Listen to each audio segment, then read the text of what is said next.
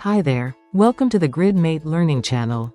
Today we will show you how to add a file upload column to your grid. This feature allows users to upload files directly to your grid, streamlining file management and saving valuable time. Let's begin by creating our field. Start by opening the Grid Explorer and heading to the Column section. Under Available Columns, click to create a new formula field.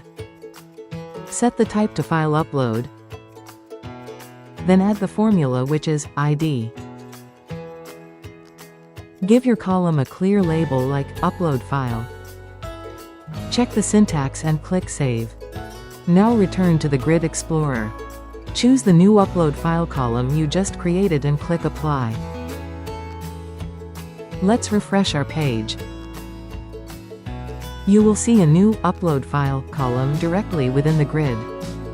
Click to open the file picker, then select the file you want to upload. Click Open.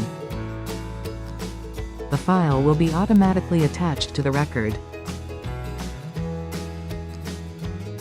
To see the uploaded file, click into the record and you'll find it attached.